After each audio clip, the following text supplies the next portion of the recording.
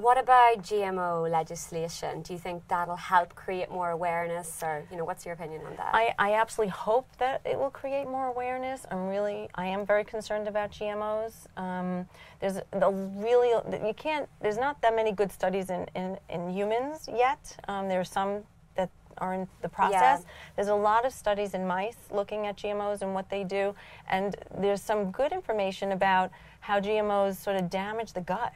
And they're hard to digest, and in addition to the whole foreign sort of proteins and allergy and concerns about that, but it also damages the gut. They're hard to digest. And so I'm very concerned about that. Mm-hmm. And so I really recommend, when I go over my patients' nutrition programs with them, I really make sure that they know to look for non-GMO, especially soy. Soy and corn are the two GMO products.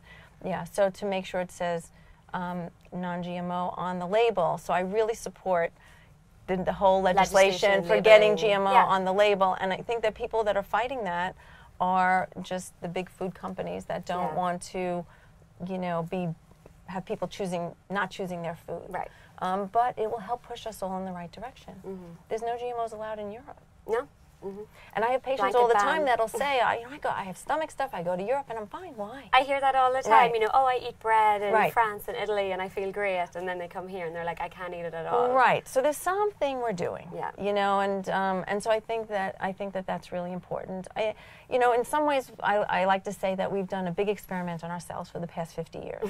With the whole hybridization of wheat and the whole GMOs, and all the corn and soy that's in all our processed food. Like, there's soy and corn in everything. When I have my patients do every patient that comes in as a new patient always starts out with an elimination diet. Okay. And it could be as simple, if it's difficult for them, maybe it's just going to be gluten and dairy, but usually it's gluten, dairy, soy, corn, and eggs, which are the big five to start with. And without fail, they come back at their first visit, and the majority of people say to me, I cannot believe how hard it was to get soy and corn out of my diet. I had to read every label, and do you know there's soy and corn in everything? I said, I know. Corn syrup, corn starch, corn this, corn that. So we don't realize the volume of exposure that we have to these foods. And if they're all GMO, soy and corn, which the end products, those kinds of processed soy and corn often are, because nobody's really paying attention to those, the amount of exposure then that we're each having to GMO soy and corn is, I think, a lot greater than anybody thinks. It's not that corn on the cob that you're eating in the summer. It's the hidden ingredients. It's all the hidden ingredients. Yeah. And by trying to take it out of your diet, it's the single best way to begin to learn to eat a whole foods diet. Because then you stop eating all those boxes of things. Right, exactly. Which are things you teach all the time. You go back to basics. Right. You buy your fruits, your vegetables. You move towards a whole foods diet. And if you eat a whole foods diet, meaning it looks like it was when you picked it, kind of diet, you end up then getting off of a lot of soy and corn. So when people say, I feel so much better, I'm eating a whole foods diet, I stopped eating processed food, what is it about those processed foods that are really causing people to not feel good? You really have to question it.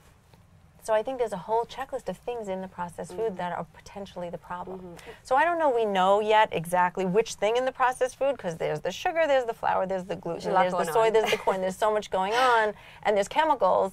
But I think we can all agree that people feel better when they stop eating all of that. There's so much content out there, but what we do when it's one-on-one is it's not about the content. It's about the perspective. And that's kind of how I see coaches and doing what I do. What people pay for when they work with me isn't the information. They pay for the perspective that's just taken me decades to acquire.